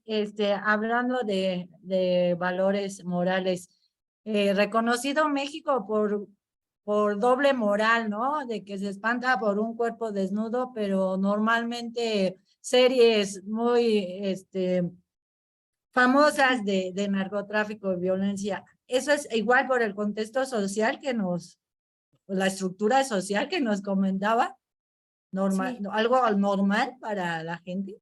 Ajá, sí, esta conocida doble moral no es porque digamos, uy, no sobra la moral, no, es justo porque no está identificada o no hay una coherencia entre lo que discursivamente decimos que es valioso y el comportamiento, ¿no? Hay una inconsistencia entre esto y justo como que todo el ámbito educativo debería ser lo suficientemente sensible como para poder ubicar a los estudiantes y enseñar cuáles son estos criterios o estos elementos que están difiriendo, ¿no? O que están causando ahí esa inconsistencia. Yo sé que muchas veces nos quejamos, o por lo menos, a lo mejor ustedes no porque son jóvenes, pero los más grandes a veces nos quejamos de, ay, es que estas nuevas generaciones, ajá, criticamos a las nuevas generaciones y les decimos muchas cosas fuertes, ¿no? Como, ah, son de cristal, ay, no aguantan nada, ay, son súper flojillos. Nosotros los educamos, nosotros les dimos la información y nosotros, a través de nuestros estilos de crianza, les estamos quitando la posibilidad de experimentar las consecuencias de sus actos, tratándolos de proteger y de que ellos no aprendan como a identificar los elementos en la vida real. Entonces, todo viene siendo un mal plan educativo de nuestra parte como sociedad adulta, ¿no? Entonces, pues si los criticamos, deberíamos de ponernos ahí en marcha de, lo sentimos, chavos, vamos a ser profes universitarios, sí empáticos, pero exigentes. ¿Para qué? Para que cuando no estés, tú sepas qué hacer como profesionista, ¿no? Para yo garantizar que tú puedas ejercer éticamente tu profesión, por ejemplo, ¿no? Te digo, bueno, ese es nuestro ámbito en este momento, ¿no? Como que estamos vinculados por ahí. Sí, sí, claro, claro. Bueno, más preguntas mientras se animan también. Hay una razón, ¿no? También por la invitación de la doctora Laura Ramírez, que es este proyecto de noticias en redes sociales, ¿no? Y cómo lo vinculábamos con creencias, que tiene mucho que ver con lo que la doctora trabaja, ¿no? En ese sentido, a mí me sorprendía, por ejemplo, que hace unas semanas en una parte de una conferencia de parte de este proyecto durante el curso, nos comentaban algunos de los asistentes y me llamó, bueno, lo que pensaban y lo que pues habían estado trabajando. Me llamó mucho la atención que uno de nuestros asistentes se dedicaba explícitamente a generar noticias falsas, ¿no? Es decir, le pagaban para generarlas y distribuirlas, ¿no? No en este país, ¿no? En el vecino del norte, y después, en otra ocasión, comentábamos entre el grupo del proyecto, ¿no? ¿Dónde quedaba justamente la moral y la ética, etcétera, ¿no? Lo hacía sobre todo para favorecer a una ala política de Estados Unidos, ¿no? No recuerdo cuál. Pero bueno, muchas de las noticias falsas se generan en este contexto para favorecer o desvirtuar, ¿no? Políticamente a algún sujeto, ¿no? A algún político y a alguna figura pública y precisamente pasando por encima tal vez de tus propios valores o de tu propia moral, ¿no? Siempre que te recibas a cambio tu sueldo o tu estímulo económico, ¿no? ¿Cómo estas personas pueden darle sentido a lo que están haciendo justamente a partir de esto, ¿no? Si este impacto puede ser tan inmediato como, por ejemplo, impactar en la salud, ¿no? Impactar en una toma de decisiones a partir de una noticia que tú viralizaste o que tú compartiste o que tú creaste inclusive, ¿no? Y cómo eso en algún momento podría tener un desenlace inclusive fatal. ¿En dónde queda esa ética y esa moral de las personas que hacen este tipo de cosas? Fíjate que está bien interesante porque justo la moral es ese camino o ese trayecto que tiene que atravesar la persona para ir identificando cuál es su ética, ¿no? Nosotros diríamos, ¿dónde está la ética profesional? Como entendiendo un ecos, una normativa de una profesión, no sé, un periodista, ¿no? Un médico al tomar como ciertas decisiones. Pero el problema es el problema de socialización, de cómo esa persona fue construyendo sus esquemas que lo llevan a tomar decisiones, ¿no? Yo, por ejemplo, aquí pensaría justo lo que discutíamos de los valores. De repente, por ejemplo, el dinero, ¿no? El estatus se volvió un valor tan importante que superó el principio bioético, ¿no? El principio de la vida o el principio de la integridad. Y entonces estamos hablando de una serie de experiencias socializadoras que no ayudaron a que esa persona tuviera esa competencia. No, es realmente un problema educativo, no de, ese es el ejercicio de su libertad. No, como sociedad estamos produciendo ciudadanos que se están dejando llevar por el valor de uso, el valor de mercado, que es más importante, que sería el cash, el estatus, el reconocimiento, ¿no? Que aquellos que decíamos que eran como los valores necesarios para sobrevivir como especie. Y de hecho lo pueden decir y hasta no crees que lo dicen con culpa, ¿eh? Lo dicen como un jajaja, yo vencí el sistema. O sea, se vuelve también ahí una cuestión de estatus. Claro, claro, no, sí, sí, todas las implicaciones que tiene. Tania Gordillo tiene la mano levantada. Adelante, Tania. Hola, ¿me escuchan bien? Buenas tardes. Hola, Sí, buenas sí, tardes. muy bien. Yo tengo una pregunta. Por ejemplo, cuando los psicólogos ya egresados, que no hacen como una buena ética del psicólogo, y cosas como, ¿por qué lo hacen? En el aspecto de la desconexión moral. Pues yo creo ¿Cuál que es su opinión? pueden influir ahí varios procesos como que a la vez. Uno es una falta de ilustración de ciertos procesos de socialización por familia, y la otra es que pues tampoco hay un seguimiento de nuestro ejercicio profesional, ¿no? Eso lo tenemos que tener como bien claro. Hay un montón de profesiones que usurpan nuestra profesión y que no tienen nuestra formación y hacen nuestras diversas tareas en la empresa, en clínica, en educación. No hay un organismo que regule eso, ¿no? Y por eso, como no hay una regulación, pues tampoco hay quien retroalimente que sí, que no. O sea, sabemos que existe el código ético. En el mejor de los casos lo hemos revisado alguna vez, pero pues no hay una retroalimentación sobre, oye, no debes de hacer esto. Oye, se debe de llevar así. Eso necesitamos hacer, necesitamos educarnos, retroalimentar para que las personas se vayan sensibilizando. La única forma que tenemos como de irnos sensibilizando ante cualquier circunstancia es a través de la retroalimentación.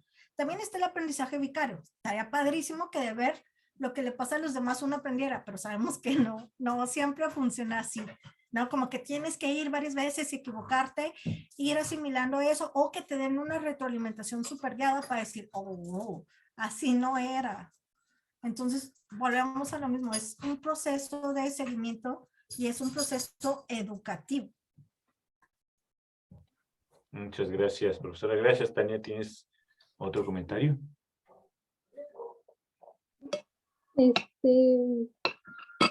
Bueno, como para retroalimentación, como que sugiere. Como que sugiero, por ejemplo, a los psicólogos que están en formación, sugiero que la persona que estaba encargada de regular, por ejemplo, las prácticas profesionales, pues tenga reuniones constantes, vea el desempeño, como que muchas veces estamos tan preocupados por los productos que nos olvidamos del proceso, ¿no? Y los productos son importantes, no estoy diciendo que no, al final tenemos que saber hacer cosas, pero también tenemos que saber cómo hacer esas cosas y cuáles son los procedimientos más adecuados para cada contexto. Y entonces, a mí, por ejemplo, en algún momento estuve dando la asignatura de prácticas en la carrera de psicopedagogía acá, y algo que me gustaba mucho era como poder hacer como estos encuentros en común donde platicábamos acerca de los avances de los proyectos, sí, pero también de esa resolución, de esas decisiones que tienes que ir tomando como un recién egresado o un futuro recién egresado que todavía, o sea, tiene experiencia estudiando, pero todavía no tiene experiencia ejerciendo. Y como que ir compartiendo un poco acerca de dónde están esos límites, hasta dónde puedes llegar, cuáles son los riesgos que corres, porque cuando eres joven, pues quieres aprender, pero todavía no tienes esas experiencias que se asume que nosotros como docentes pues ya tenemos y que tenemos que compartir para que ellos también se vayan formando un criterio. Ok. Gracias. Okay. Muchas gracias, Tania, por tus preguntas. Bueno, todavía tenemos algunos minutos de cierre. Por si alguien más se quiere también animar. Pero bueno, vamos redondeando también la parte final de esta charla con la doctora Laura Ramírez. Y a mí me gustaría un poco señalar también algo que me gustó mucho de su conferencia, doctora, que tiene que ver sobre todo con lo empírico, ¿no? Muchas veces, de alguna forma, como decía, nos quedamos con lo más etéreo, con lo más teórico y con los grandes representantes, ¿no?, de la psicología, ¿no? Entonces, algo que siempre estamos tratando de enfatizar a los estudiantes es, pues pónganos referencias de trabajos, de artículos, de tesis, por lo menos, ¿no? Y que hay muchas propuestas, hay tal vez demasiadas propuestas, y no todas están aterrizadas en un trabajo, en una experiencia, ¿no? Entonces, en ese sentido, un poco, ¿cómo es que usted nos recomendaría que lleváramos precisamente este énfasis empírico y sobre todo discernir lo empírico que es valioso para nuestra profesión? Hace poco justo leía yo un artículo, le comentaba ayer a mis estudiantes, que en un área muy específica, que era sobre teorías de conspiración acerca de COVID-19, se valoraba como algo sofisticado la justificación por autoridad. Es decir, como estos investigadores ya comprobaron que estas teorías de conspiración no son ciertas, yo confío en ellos, ¿no? Pero porque sé cómo trabaja el proceso de investigación y la ciencia, ¿no?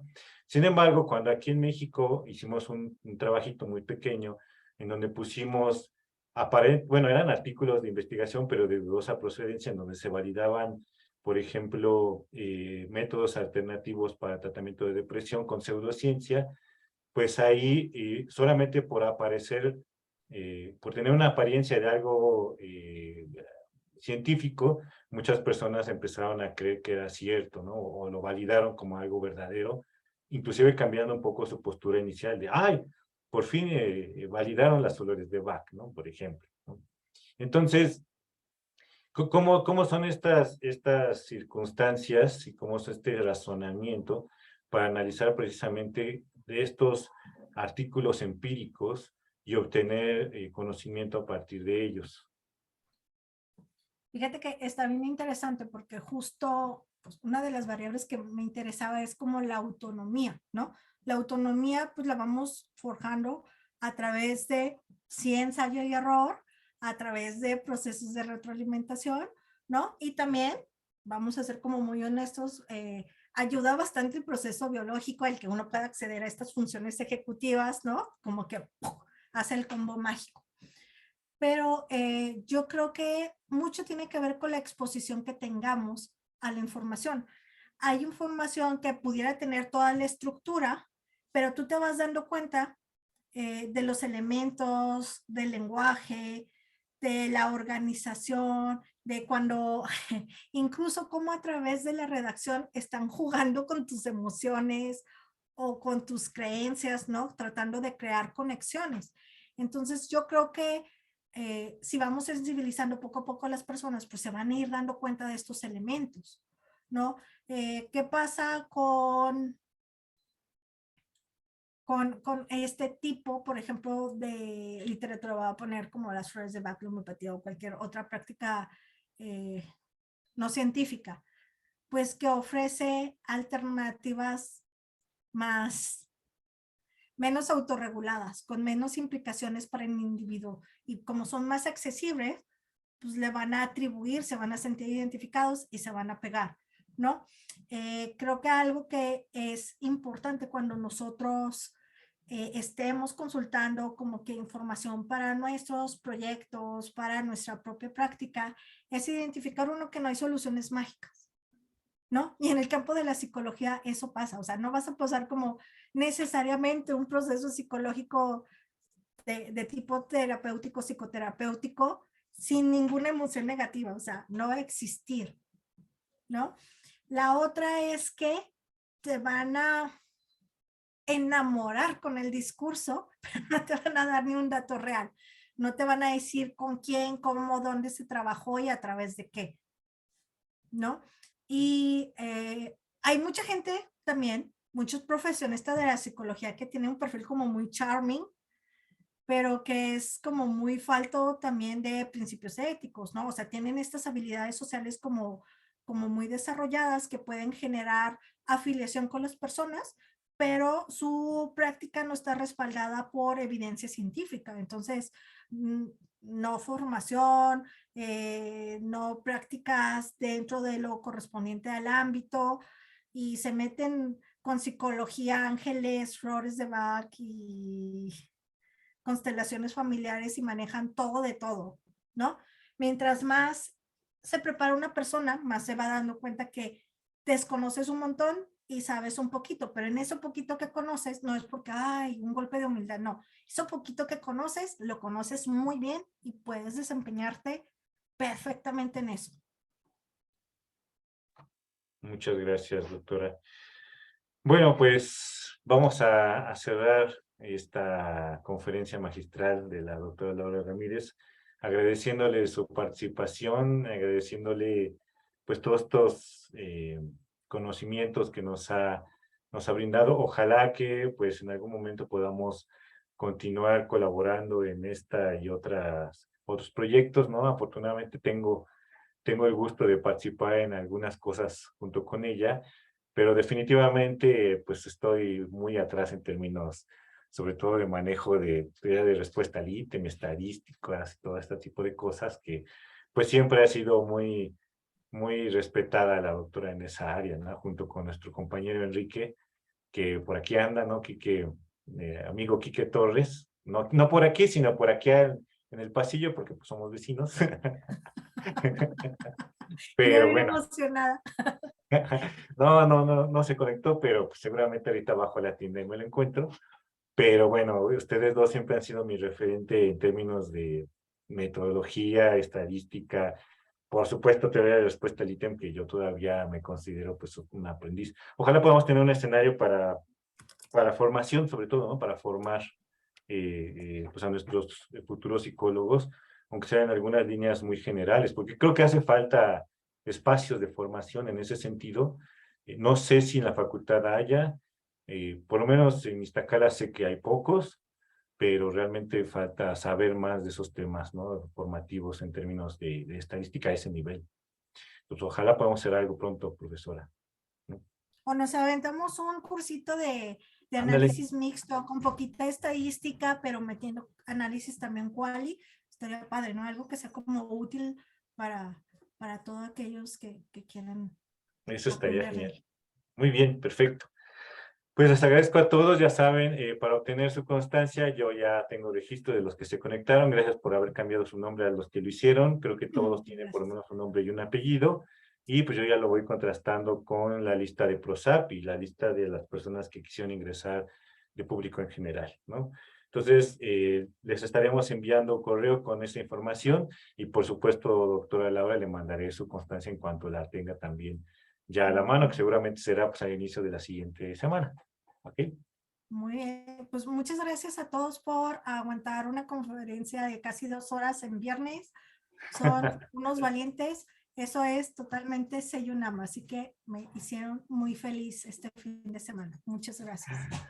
Cuídense, voy a detener la transmisión y a cerrar la sesión.